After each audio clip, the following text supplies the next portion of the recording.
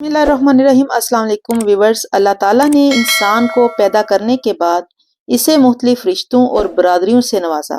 تاکہ انسان ایک دوسرے کے ساتھ جڑے رہیں۔ اللہ تعالیٰ نے انسانوں کی ضروریات کو پورا کرنے کے لیے تجارت اور دولت کا بھی انتظام کیا اور اس طرح انسان کی محبت اور خواہشات کو بھی سمجھا۔ انسان کی فطرت میں محبت اور وابستگی شامل ہے اور وہ اپنی فیملی، اپنی اولاد، اپنے بہن بھائیوں، ماں باپ، دوستوں اور مالی وسائل کو اپنی زندگی کا مرکز سمجھتا ہے۔ لیکن یہ سب چیزیں انسان کے لیے ایک طرح کا امتحان ہے، جیسا کہ سورۃ التوبہ کی آیت نمبر 24 میں اللہ تعالیٰ فرماتے ہیں، قل ان كان آباؤكم وأبناؤكم وإخوانكم وأزواجكم وعشيرتكم وأموال اقترفتموها وتجارة تخشون كسادها ومساكن ترضونها أحب إليكم من الله ورسوله وجهاد في سبيله فتربصوا حتى يأتي الله بأمره واللہ لا یہدی القوم الفاسقین۔ آپ صلی اللہ علیہ وآلہ وسلم کہہ دیجئے کہ اگر تمہارے باپ اور تمہارے لڑکے اور تمہاری بائی اور تمہاری بیویاں اور تمہارے کنبے قبیلے اور تمہارے کمائے ہوئے مال اور وہ تجارت جس کی کمی سے تم ڈرتے ہو اور وہ حویلیاں جنہیں تم پسند کرتے ہو، اگر یہ تمہیں اللہ سے اور اس کے رسول کریم صلی اللہ علیہ وآلہ وسلم سے اور اس کی راہ کے جہاد سے بھی زیادہ عزیز ہیں تو تم انتظار کرو کہ اللہ تعالیٰ اپنا عذاب لے آئے۔ اللہ تعالیٰ فاسقوں کو ہدایت نہیں دیتا۔ اس میں کوئی شک نہیں کہ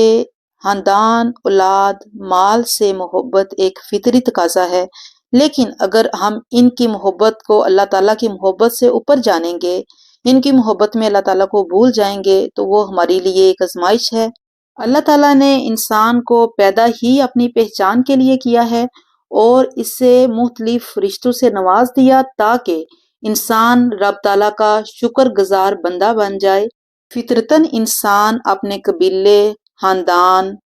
اولاد، بہن بھائی، ماں باپ سے اور اس سے بڑھ کر مال سے محبت کرتا ہے اور ان کے کھونے سے ڈرتا ہے، لیکن اس محبت کو اتنا بڑھا لینا کہ رب تعالیٰ سے غافل ہو جانا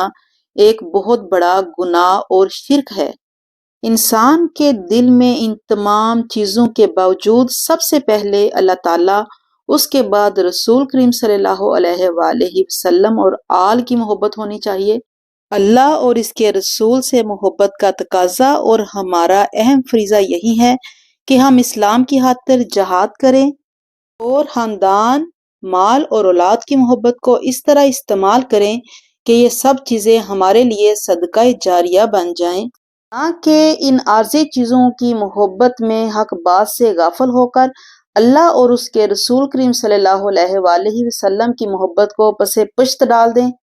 کیونکہ اللہ تعالیٰ اپنے معاملات میں بہت سخت اور قرآن پاک بہت سٹریٹ فارورڈ ہے کہ ان سب چیزوں سے محبت جس کا ذکر سورۃ التوبہ کی آیت نمبر 24 میں ہوا ہے انسان کو خود غرضی سکھاتی ہے۔ جب انسان کی محبت مال و اولاد اور خاندان کے لیے حد سے بڑھ جائے تو معاشرتی برائیاں جیسے قتل و غارت، حق تلفی اور ناانصافی پھیلنے لگتی ہے۔ اس کے برعکس جب ہم اللہ تعالیٰ سے سچی محبت رکھتے ہیں تو ہمارے دل میں لوگوں کے لیے رحم اور قربانی کا جذبہ خود بخود پیدا ہو جاتا ہے اور اس سے ہمیں اسلامی اصولوں پر عمل کرنا اور زندگی کا حقیقی مقصد سمجھنا آسان ہو جاتا ہے۔ اللہ تعالیٰ ایسے لوگوں کو پسند نہیں کرتا جو مال و اولاد کی محبت میں حد سے بڑھ جاتے ہیں۔ اللہ تعالیٰ نے قرآن کی سورۃ التوبہ کی آیت نمبر 24 میں ایسے لوگوں کو فاسق کہا ہے اور مزید بتایا ہے کہ ایسے لوگوں کو ہدایت بھی نہیں ملتی اور ایسے لوگ عذاب کے مستحق ہیں۔ اللہ تعالیٰ ہمیں اعتدال کی زندگی گزارنے کی توفیق دے، آمین۔